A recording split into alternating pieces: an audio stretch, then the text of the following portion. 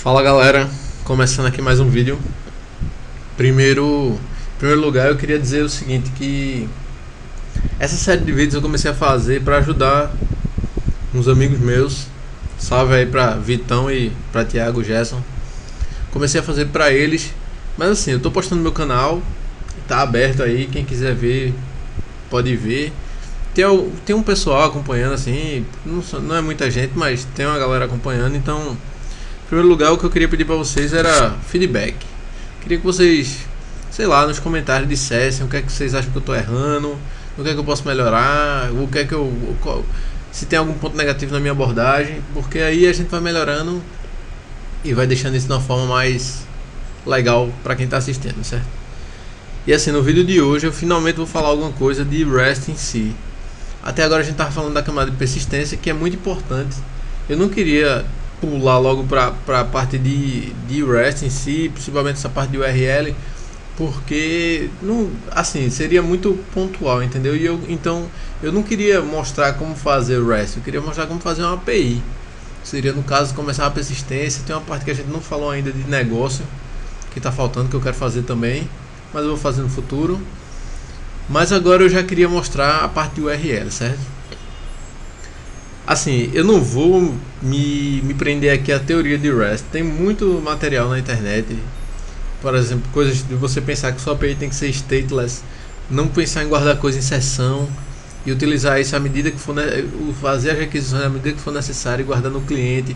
Tem várias coisas, tem várias características do REST que cada um deve se aprofundar. Minha ideia aqui não é mostrar teoria, minha ideia aqui é mostrar tecnologia, mostrar como fazer, como é possível. Talvez até eu nem sempre faça da melhor forma, mas eu faço de uma forma que funciona pra mim. Então assim, eu tô gravando esses vídeos e quem vê vai poder usar a minha forma, ou melhorar a minha forma, ou fazer de uma forma que acha mais legal. Então vamos lá.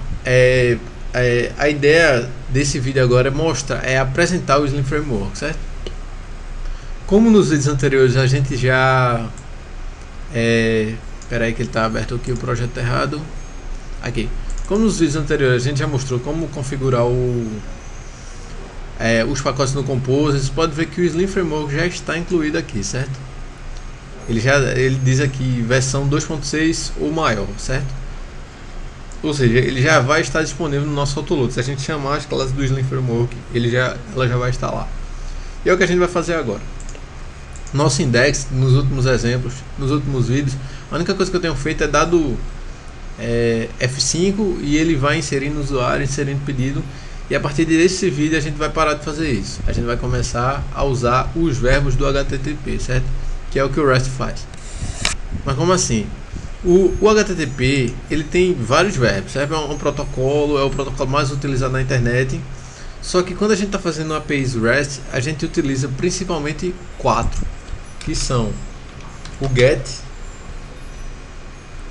que é um que a gente usa geralmente a gente usa para fazer buscas na nossa API, o POST, que geralmente a gente usa para fazer inserção na nossa API, o PUT a gente usa para fazer atualização e o DELETE para apagar coisas, certo? Quando você, por exemplo, traduzindo isso de uma forma bem direta, se a gente quer fazer uma busca de usuário, por exemplo, a gente vai no URL que corresponde ao recurso usuário e faz uma requisição do tipo GET, certo? Agora é o seguinte, se a gente for fazer no nosso browser, se a gente for navegar, como a gente está fazendo aquele F5 na página toda hora, aquilo sempre é GET, certo? Então se você quer fazer um POST, um PUT ou um DELETE, você tem alternativas. O POST você pode fazer um formulário no HTML que ele pode fazer uma requisição do tipo POST.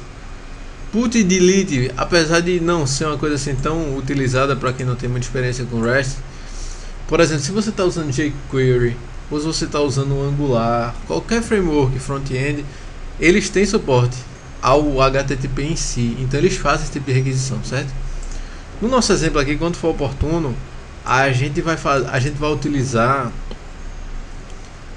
um formulário que eu criei, mas assim, eu criei um formulário que só faz requisição, certo? Você escolhe o método, eu vou mostrar ele em outro vídeo, mas assim, a gente vai poder testar todos esses métodos, certo? Além disso, tem outras coisas que eu quero mostrar também, como por exemplo o Guzzle, que é um framework que permite que a gente faça requisições no nosso, tipo, na nossa linha de comando. E é legal para testar. Mas vamos lá, vamos começar aqui a fazer o REST funcionar de fato, né? Eu vou comentar tudo isso aqui porque eu vou precisar usar isso aqui daqui a pouco. Eu não vou apagar daqui. O título desse vídeo vai ser Introdução a Slim Framework, certo? Então vamos lá. A primeira coisa que eu vou fazer, vou aqui na minha colinha. A primeira coisa é criar uma instância do objeto Slim, certo? Normalmente nos exemplos que você acha na internet, ele geralmente está numa variável chamada app. Vou copiar ela aqui. Eu já vou copiar inclusive isso aqui. Colei aqui, certo? Aí vejam. O que eu estou fazendo aqui é criando um objeto do tipo Slim, que está dentro do pacote Slim, certo? E estou atribuindo a ele um método get. Aquela coisa lá que eu falei de get, post, put, delete é relacionada, são métodos que tem dentro desse objeto Slim, certo? Então eu estou dizendo no método get, utilizando essa URL, chama essa função aqui, certo? Eu vou salvar. Sim, além disso aqui, ainda tem um detalhe aqui que eu esqueci de copiar. Que é o seguinte, depois que você declara todos os métodos que sua API vai usar, você utiliza o run, certo? Que é esse método aqui. O que você está dizendo é o seguinte, estou criando aqui minha API REST, ela vai ter tais métodos e agora eu quero ela funcionando. Aí você usa o método run, certo? Vamos testar isso aqui para dar uma olhada. Eu vou dar só uma pausa para abrir o browser para não ter demora. Ok, vamos lá, abrir o browser. Então é o seguinte, quando ele chamar a URL raiz do nosso projeto, ele vai retornar essa array. Repare, isso aqui é um array PHP. Eu estou usando o método JSON encode, certo? Então vamos lá. Ele já está exibindo aqui, certo? Mas é isso que acontece. Tem um detalhe importante também. Sim, aí antes de falar desse detalhe importante, vamos pensar aqui como é que eu inseriria outro método aqui, por exemplo. Eu posso fazer um método aqui, por exemplo, teste, que eu chamei esse método teste, ele não retorna JSON nem nada, ele retorna um string escrita teste, certo? Vou salvar, ele está aqui aparecendo. Agora eu vou botar aqui teste, ele retornou aqui meu teste, certo? Agora reparem, se eu botar aqui outra barra, ele vai dizer que não achou minha URL. Aí aqui já fica um truque para vocês. Se você quiser, por exemplo, nesse caso, essa barra é meio que optativa. Eu posso ou não utilizar. Para tornar argumentos não sim ou não optativos, você pode botar entre parênteses, certo?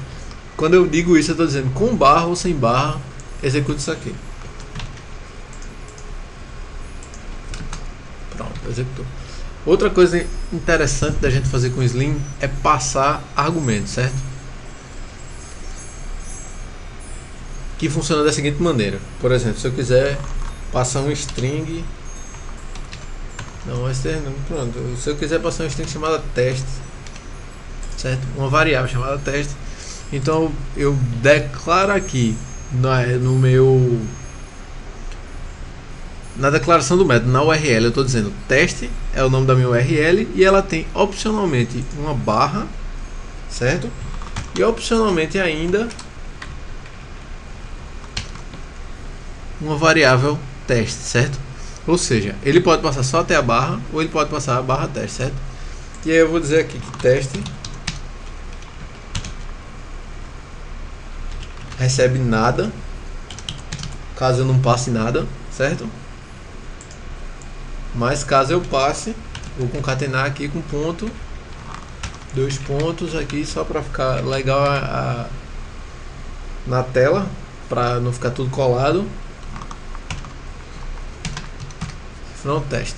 Eu estou dizendo aqui que minha URL pode ser só a palavra teste, que significa que eu estou chamando o recurso. Ela pode ter uma barra opcionalmente e ela pode ter um atributo opcionalmente, certo? Vamos lá, vou salvar aqui. Teste nada, porque eu passei aqui o valor padrão nada, certo? Se eu apagar isso aqui, ele provavelmente vai dar erro. Vamos testar. Deu um erro gigante aí porque ele está chamando uma variável que não existe. Mas enfim, o que eu estou dizendo aqui é isso. Então, caso eu não passe nada, ele passa o valor nada. Mas se eu passar, tem que salvar, né? Tá aqui nada, mas se eu passar aqui Ivan, ele passa Ivan, certo? Eu acho que eu vou acabar. Eu acho não. Eu vou acabar esse vídeo por aqui. Esse vídeo aqui foi uma breve introdução sobre o Slim Framework. A gente viu como funcionam os recursos, como passar um parâmetro e como ser opcional. Uma coisa interessante aqui que vale a pena a gente pontuar nesse vídeo também é o seguinte: no projeto que eu botei no GitHub, eu já passei esse arquivo aqui, htaccess, certo? Esse arquivo htaccess, eu recomendo que vocês, na sua API, tá lá no meu GitHub, tá lá no projeto, vocês usem ele idêntico. Porque o que pode acontecer é, se você não tem esse htaccess, ele pode interpretar os parâmetros do REST como se fossem pastas, certo? E o que é que isso implica? Por exemplo, a gente está aqui, quando você escrever aqui teste, ele vai procurar uma pasta teste dentro da pasta VNiago. Isso vai dar tudo errado, vai começar a dar um monte de erro. E aí você vai precisar do htaccess. O htaccess, esse daqui que eu estou usando, não fui eu que escrevi. Isso aqui é meio que clássico. Toda vez que você precisa usar essa URL que significa dados e não pastas, você acha isso aqui fácil na internet. Mas se você precisar, você pode ir no meu projeto e copiar e utilizar isso aqui. No próximo vídeo a gente vai utilizar os métodos os 4 métodos de inserção, atualização, busca e deleção, utilizando o REST, certo?